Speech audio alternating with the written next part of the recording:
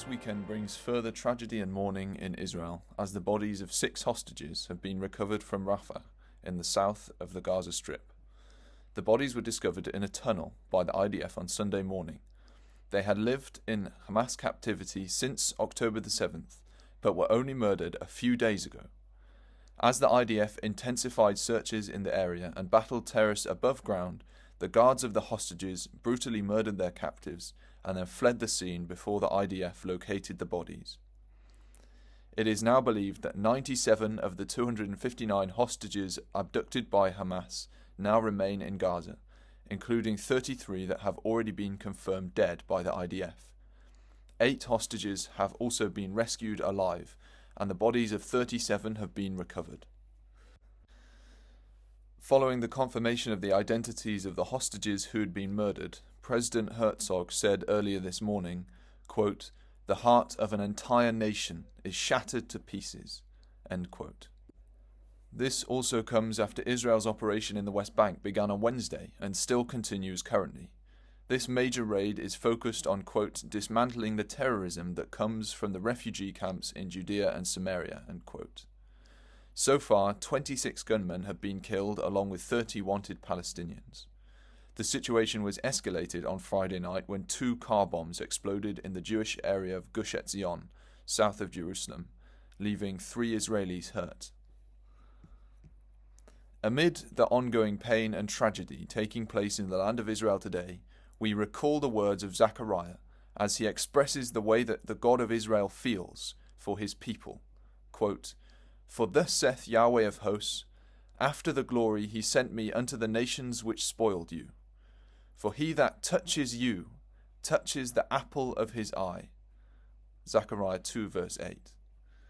This statement is equally true for the children of Israel today as when Zechariah first penned it. God cares for his people.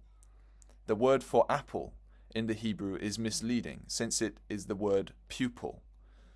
Those who touch Israel to harm them are poking God in the eye. Those who brutally murder Jews in tunnels are poking God in the eye. This is something that should have an impact on all those who love the things of Zion. Isaiah 66 verse 10 says, quote, "Rejoice ye with Jerusalem, and be glad with her, all ye that love her. Rejoice for joy with her, all ye that mourn for her," end quote. Those who rejoice with Jerusalem in the kingdom age are the same as those who mourned for her in times gone by. We cannot rejoice with Zion unless we first mourn with her in our days.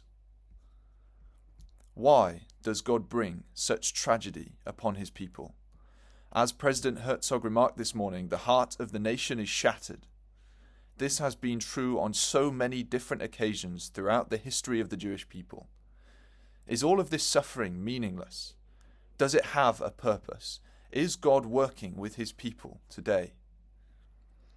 Isaiah 43 verses 1 to 2 says, quote, "But now thus saith Yahweh that created thee, O Jacob, and he that formed thee, O Israel, fear not, for I have redeemed thee. I have called thee by thy name, thou art mine. When thou passest through the waters, I will be with thee, and through rivers they shall not overflow thee. When thou walkest through the fire, thou shalt not be burned, neither shall the flame kindle upon thee." End quote. The surrounding context determines that this prophecy is a reassurance given to Israel for their time of exile, which would be long. Passing through the fire implies a refining process.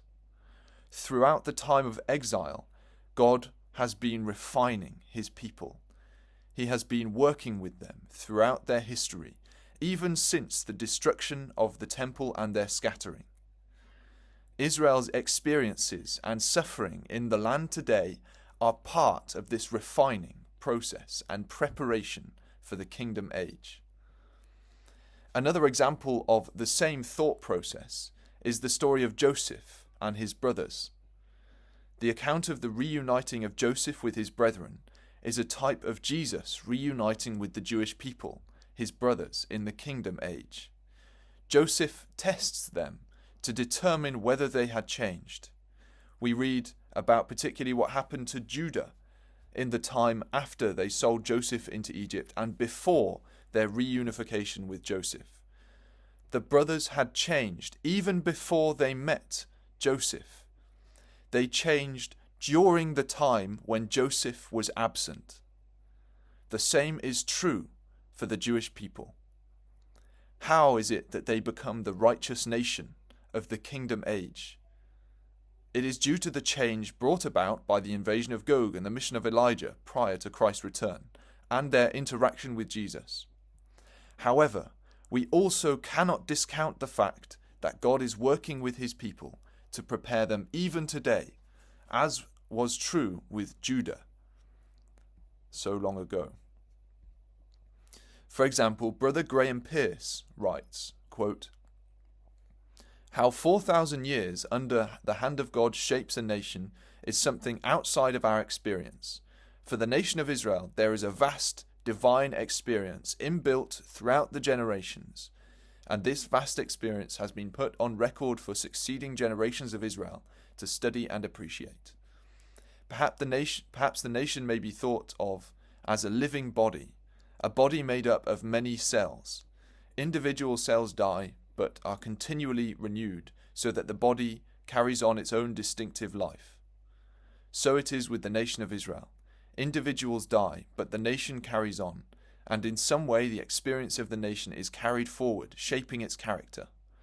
The great humiliation that is soon to be endured by the nation, when all of their present efforts are cast down to the ground and they are brought to a state of hopelessness, will be a fitting final dramatic experience to turn their hearts into the fear of God and a grateful dependence on him. At this time there will be injected into the nation a host of faithful Jews from various generations, brought back from the dead and able to influence the nation for good." Quote, end quote. The history of the nation of Israel leaves them uniquely suited to be the righteous nation of the kingdom age, who will be a light to all of the Gentile nations around. The things that we read on the news and see happening in the land of Israel today are part of God's vast shaping process that has been taking place with the nation of Israel for millennia. There is a meaning and purpose behind their suffering, and we ought to recognize this. We mourn with the nation in their time of suffering and long for the return of Christ to re-establish the kingdom of Israel and turn his people into a righteous nation. Join us again next week for another edition of Bible in the News. This has been Daniel Blackburn. Join me.